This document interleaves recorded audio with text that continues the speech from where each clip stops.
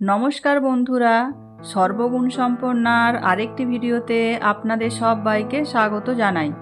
এই ভিডিওতে আমরা জানব এবছর মানে 2026 সালের জন্মাষ্টমী কবে পালিত হবে, জন্মাষ্টমী কেন পালন করা হয়, জন্মাষ্টমী পালনের আধ্যাত্মিক ও ধর্মীয় তাৎপর্য, এই জন্মাষ্টমী পালনের প্রধান নিয়ম ও রীতি, আর সেই সঙ্গে জেনে নেব জন্মাষ্টমীর কিছু বাস্তু টিপস।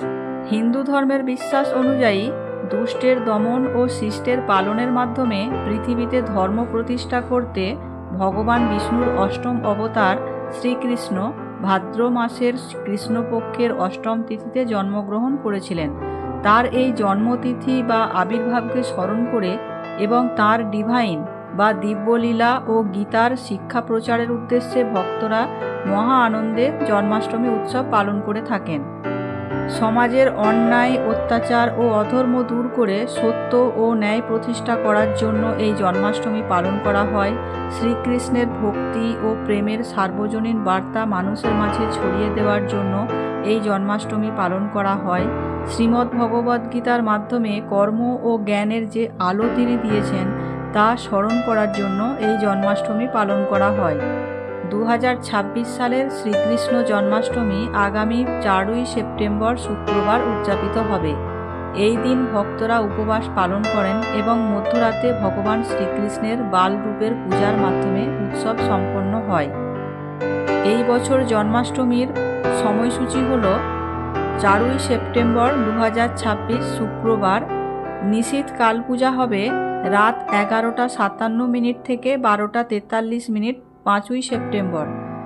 উপবাস ভাঙার সময় হবে 5ই সেপ্টেম্বর সকাল 6:01 পর। পূজার প্রধান নিয়মাবলী হল সারাদিন উপবাস করে মধ্যরাতে পঞ্চামৃত দিয়ে গোপালের অভিষেক করা হয়। পূজায় নতুন পোশাক, বাঁশি, ময়ূরের পালক ও তুলসী পাতা নিবেদন করা হয়। ঠাকুরের দোলনা দুলিয়ে জন্মোৎসব পালন করা হয়। জন্মাষ্টমীতে শ্রীকৃষ্ণের শিশুরূপ অর্থাৎ লাড্ডু গোপালকে দোলনায় বসিয়ে দোলানো হয়। এটি মূলত গোপালের জন্মদিনের আনন্দ উৎসব এবং বৃন্দাবনের ঝুলন লীলার অনুকরণ। ভক্তরা পরম স্নেহে ও ভালোবাসায় প্রভুর সেবা হিসেবে এই দোলনা দোলান। দোলনা দোলানোর প্রধান কারণগুলি হল বাল্যলীলা ও আনন্দ উদযাপন। শ্রীকৃষ্ণের জন্মের পর গোকুলে যে আনন্দোৎসব হয়েছিল, দোলনা দোলানোর মাধ্যমে সেই শিশুরূপী কৃষ্ণের প্রতি বাৎসল্য, প্রেম ও আনন্দ প্রকাশ করা হয়। দোলনায় রাধাকৃষ্ণ বা গোপালের মূর্তি রেখে তা আলতো করে দোলানোকে এক ধরনের পবিত্র সেবা বা ভক্তি বলে মনে করা হয়, যা ভক্তদের মনে আত্মিক আনন্দ জাগায়।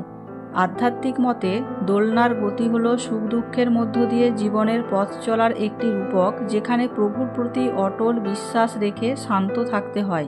এবার জেনে নেওয়া যাক জন্মাষ্টমীর কিছু বাস্তু টিপস। জন্মাষ্টমীর দিন সকালে ঘুম থেকে উঠে স্নান সেরে উপবাস করার সংকল্প নিতে হয়। রাতে গোপালের বিশেষ আরাধনা করুন। এর জন্য গোপালের দোলনা ভালো করে সাজাতে হবে, কারণ দোলনাতে বসিয়েই গোপালের পুজো করতে হয়। পুজো শুরু আগে গোপালের দোলনা সুন্দর করে সাজানো দরকার। দোলনা কিভাবে সাজালে কৃষ্ণ প্রসন্ন হবেন তার উল্লেখ রয়েছে বাস্তুশাস্ত্রে। গোপালের দোলনা সঠিকভাবে সাজালে সংসারে পজিটিভ এনার্জি থাকে এবং বাস্তুদোষ কেটে যায়। এবার আমরা জেনে নেব কোন দিকে দোলনা রাখা উচিত। বাস্তুশাস্ত্র অনুসারে গোপালের দোলনা উত্তর পূর্ব দিকে বা পূর্ব দিকে বসাতে হবে। আসলে বাস্তু অনুযায়ী উত্তর পূর্ব দিক এবং পূর্ব দিক হলো ভগবানের দিক। এই দিকে ঈশ্বরের বাস বলে মনে করা হয়। দোলনা এমনভাবে রাখা হয় যাতে গোপালের মুখ পূর্ব বা উত্তর দিকে থাকে। এবার জেনে নেব দোলনার রং কী হবে। জন্মাষ্টমীতে গোপালের দোলনার রং সাধারণত হলুদ, সাদা, হালকা নীল অথবা সোনালি রঙের হলে ভালো হয়। এই রঙগুলি অত্যন্ত শুভ। জন্মাষ্টমীতে এই রঙের দোলনায় ঘরে শুভ শক্তি বিরাজ করে। এবার জেনে নেব কিসের তৈরি হবে দোলনা। জন্মাষ্টমীতে কৃষ্ণের দোলনা কাঠের তৈরি হলে তা শুভ বলে জানানো হয়। ধাতুর তৈরি দোলনা হলে তা পেতল বা রূপোর তৈরি হলে ভালো। অন্য কোনো কিছু দিয়ে তৈরি দোলনা কখনোই ব্যবহার করা উচিত নয়। এবার জানব দোলনা সাজানোর বাস্তু টিপস। জন্মাষ্টমীতে দোলনা সাজাতে তুলসী পাতা, গাঁদা ফুল, গোলাপ ফুল, আম পাতা ব্যবহার করা যেতে পারে। দোলনার সামনে তোরণ বসানো শুভ।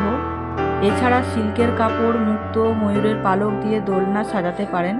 প্লাস্টিকের ফুল ও পাতা দিয়ে কখনোই দোলনা সাজানো উচিত নয়। আশা করি জন্মাষ্টমী সম্পর্কে যথেষ্ট তথ্য আমি আপনাদের দিতে পেরেছি। ভিডিওটি ভালো লাগলে অবশ্যই আমার চ্যানেলটি সাবস্ক্রাইব করে নেবেন এবং কমেন্টে লিখে জানাবেন কেমন লাগলো এই ভিডিওটি। সবাই খুব ভালো থাকবেন। ধন্যবাদ।